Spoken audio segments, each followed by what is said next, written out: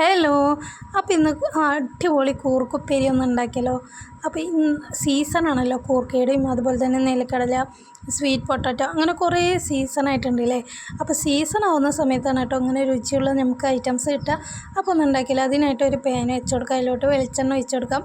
ഇനി കടുക് ഇട്ട് കൊടുക്കാം കേട്ടോ. കടുക് നന്നായിട്ടൊന്ന് പൊട്ടി വരട്ടെ.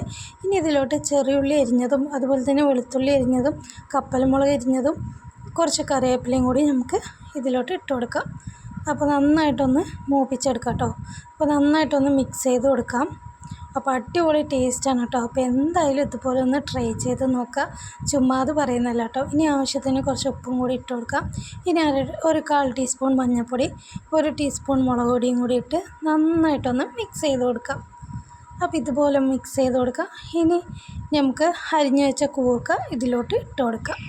ഇതുപോലെ ചെറുതായിട്ട് അരിഞ്ഞാൽ നല്ല ടേസ്റ്റാണ് കേട്ടോ. അപ്പോൾ നന്നായിട്ടൊന്ന് മിക്സ് ചെയ്ത് കൊടുക്കാം. ഇതിൽ വെള്ളം ഒഴിക്കേണ്ട ആവശ്യമില്ല കേട്ടോ. ഇത് നമ്മളിങ്ങനെ അടപ്പിട്ട് മൂടി കൊടുക്കുമ്പോൾ തന്നെ കുക്കായിക്കോളൂ കേട്ടോ.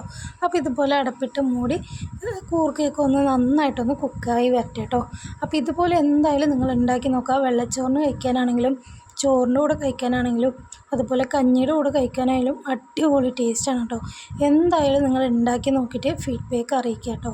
അടിപൊളി ടേസ്റ്റാണ് കേട്ടോ. അപ്പോൾ ഇതിന് കൂർക്കയൊക്കെ ഇവിടെ കുക്കായി വന്നിട്ടുണ്ട്. ഇനി നമുക്ക് ഒന്നും കൂടി ഒന്ന് ഫ്രൈ ആയിട്ട് വരട്ടെ കേട്ടോ. അപ്പോഴാണ് ഒന്നുകൂടി ടേസ്റ്റ് കേട്ടോ. അപ്പോൾ ഇതിന് കൂർക്കയൊക്കെ ഇവിടെ റെഡി ആയിട്ട് വന്നിട്ടുണ്ട്. Thanks for watching.